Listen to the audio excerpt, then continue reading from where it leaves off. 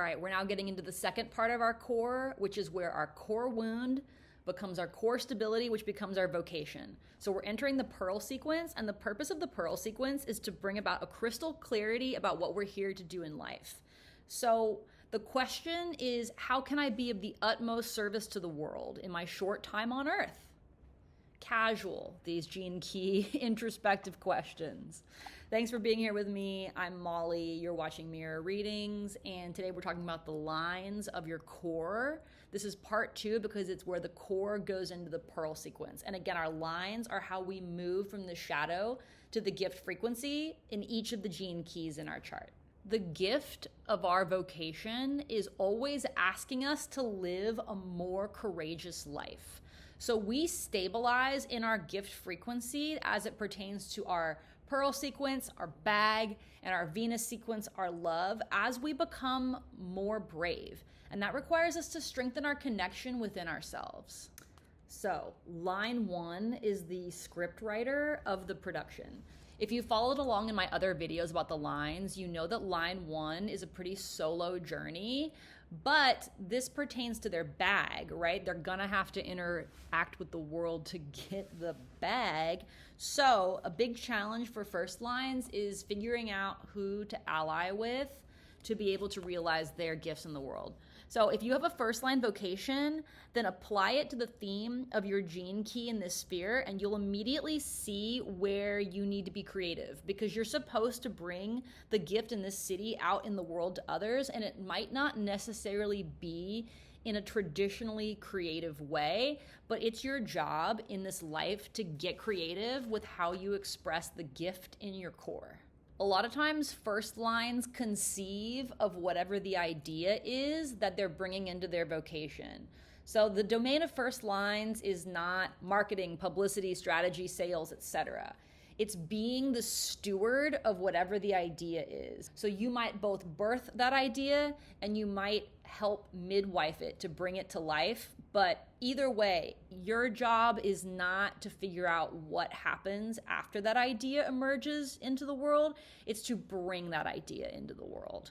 Line 2s are marketing. Y'all are the agent. And this doesn't necessarily mean literal marketing. Just think of it as an archetype of bringing information and directing it out into the world.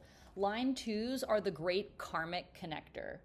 So the vocation of line 2 involves and revolves around specific relationships. A lot of times line 1s and line 2s will find each other because line 2s live for the thrill of helping a line 1 bring that concept into the world and get it in the right hands. Line 2s thrive in one-to-one relationships, so y'all grease the wheels of prosperity. It's literally exactly what it says here, through making relationships one at a time with different people to help bring something into the world. And again, it doesn't have to be literal marketing. It's about directing the information of some project, whatever it is, any idea, you direct the info. Line 3 is the producer. It's strategy.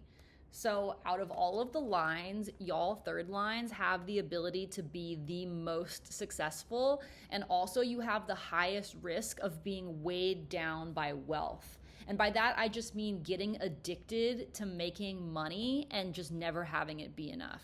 It's the kind of problems you want to have, but still, it's something to watch out for in the shadow state.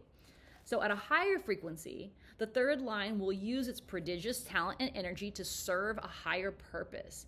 This can be deeply fulfilling, and y'all can become like a Robin Hood type figure and be able to connect all of the different dots, right, which is what a producer does on a film, and be able to implement a strategy to make whatever project you're working on a success. So line 3, look at how that shadow in your core relates to money. Okay, line 4 is the sales and the director. So we know that the fourth line is the friend maker. And like the third line, the fourth line can be hugely successful in a business context, but the role is different because it's more like the director of the movie. So it's like, how is this activity sequence of a project going to go? That's where a fourth line is going to shine in their gift. So line 4s are kind of meant to be in charge. So take a look at the shadow in your core. If you're working on a project where you have absolutely no say in how it goes, you might be in shadow frequency. You might be working on the wrong project, because 4th lines are meant to bring the collective vision of humanity into form. 4th lines are synthesizers, and you guys are here to use your considerable gifts to open up people's hearts. And if you find yourself as a 4th line in your core feeling reluctant to step up and be a spokesman, you gotta look at that, because you're meant to speak from your heart. Find a reason to speak from your heart about anything, and you will automatically move from the shadow to the gift frequency. Okay, line 5s, always the powerhouse, always so complicated. So 5th line is the promoter or management. And 5th lines will benefit from asking themselves, what is the point of even being in business? What's the point of making money? What's the point of this project? What's the point of being successful in a material sense? By asking yourself these existential questions, 5th lines get out of their shadow frequency, which is a power trip. It's a tendency to get caught up in power for the sake of power and start sweating the small stuff in a way that loses sight of the bigger picture. So if you have a 5th line vocation, then you have the opportunity to be one of the heralds of the new global consciousness. Go off. Find yourself a 6th line, like me, and let's work together to bring about the new earth. 5th lines, when they've stabilized their gift frequency in their core, know that commerce can be sacred. We can use money to create a better world, and there's nobody more suited to be a leader of bringing this vision to life than line 5s. Do yourself a favor, line 5s, and look at how the shadow of your core might relate to your leadership and communication style. That's a clue of what you need to work on to stabilize your gifts. Save the best for last, obviously. Line 6, we're the investors. This is philanthropy.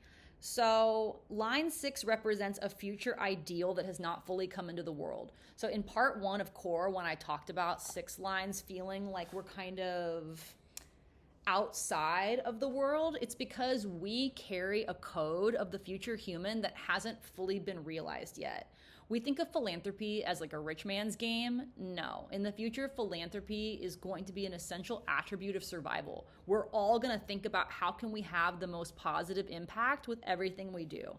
That's philanthropy as a mentality. As line 6s, we're supposed to hold the vision for whatever the project is and figure out how all of the pieces fit together. We're supposed to take the strategy that's created by some of the other lines, like line 2 and line 3, and implement it to make sure that it's upholding the vision of whatever it is we're working on. So we're not supposed to be part of the mechanics of the money-making process. Us 6 lines understand the great secret of the universe, which is that generosity is the most potent force in getting shit done. And it's about to be our time to shine, 6 lines. The world is changing, so if you haven't figured out what your place is yet, where you feel like you fit into society, where you fit into interpersonal relationships, or how you make money, it's coming. Something else to remember as we contemplate the pearl sequence is asking ourselves, how do I embody prosperity? Like, what makes me feel prosperous at a physical level? And do that every single day. For me, it's driving. I love driving so much. It makes me feel so prosperous. Like, what a luxury for cars to exist at all, much less for us to just be able to drive one whenever we want. So that's my ticket to ride. What's yours? Drop it in the comments because I'm dying to know. That's it. We made it through our cores, part 1 and 2. Again, this is where our core wound becomes our core stability, becomes our vocation. It's a whole ass thing. I'm proud of you guys for sticking with me. And if you want to get a reading from me, please visit mirrorreadings.com. Email me if you have questions, mirrorreadings@gmail.com.